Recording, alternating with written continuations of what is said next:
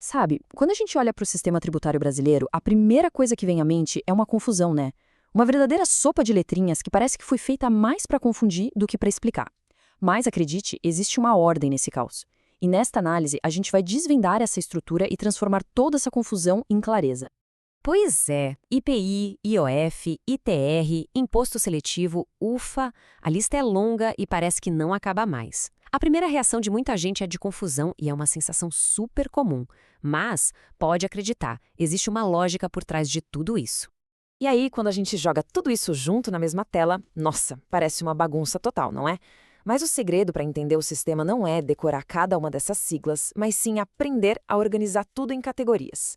E é exatamente isso que a gente vai fazer agora. Então, esse aqui é o nosso roteiro. A gente vai começar organizando esse quebra-cabeça, depois vamos olhar para os principais impostos, para as contribuições especiais e também para os tributos que são mais excepcionais.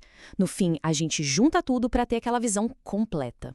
Bom, vamos lá, começando pelo nosso quebra-cabeça. A primeira etapa é separar as peças, e aqui no nosso caso, isso significa entender uma coisa fundamental. Tributo não é a mesma coisa que imposto. Existem categorias diferentes. Ok, vamos mergulhar na primeira grande categoria, a mais famosa de todas, os impostos. A grande característica deles, o que os define, é que a grana arrecadada não tem um destino específico. Ela vai para um caixa geral do governo para financiar tudo, sabe? Saúde, educação, segurança. Como a gente pode ver, os principais impostos federais são bem conhecidos. Tem o imposto de renda, claro, o IPI, que incide sobre os produtos que saem da indústria, o ITR, que é focado nas propriedades rurais, e o novo imposto seletivo, que foi pensado para desestimular o consumo de coisas que fazem mal para a saúde ou para o meio ambiente, tipo cigarros e bebidas alcoólicas. E para deixar isso bem claro, bem concreto, vamos pegar o exemplo que todo mundo conhece de perto, o imposto de renda. Como o próprio nome já diz, ele incide sobre a renda, tanto de pessoas quanto de empresas. É o exemplo perfeito de um imposto geral que serve para financiar o Estado como um todo. Ok, vamos seguir em frente. Lembra que a gente falou que nem tudo é imposto?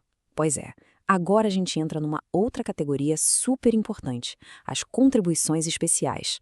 A grande virada de chave aqui é que o dinheiro delas já tem um destino carimbado. Diferente de um imposto, uma contribuição especial é criada com um objetivo muito específico. O dinheiro não vai para o caixão geral do governo, de jeito nenhum. Ele é direcionado para uma finalidade certa, como, por exemplo, financiar a Seguridade Social, que cuida das aposentadorias e da saúde.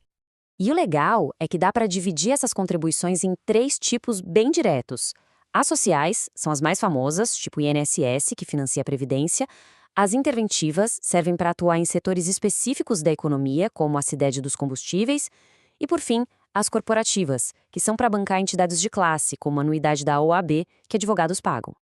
Agora a gente chega naqueles tributos que são, digamos, mais exóticos, sabe? Os casos específicos, os excepcionais.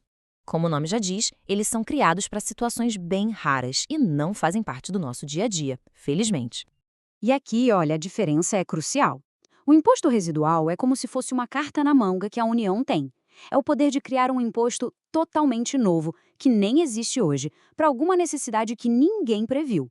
Já o imposto extraordinário é o botão de emergência, que só pode ser acionado em situações extremas, como uma guerra ou uma calamidade pública de grandes proporções.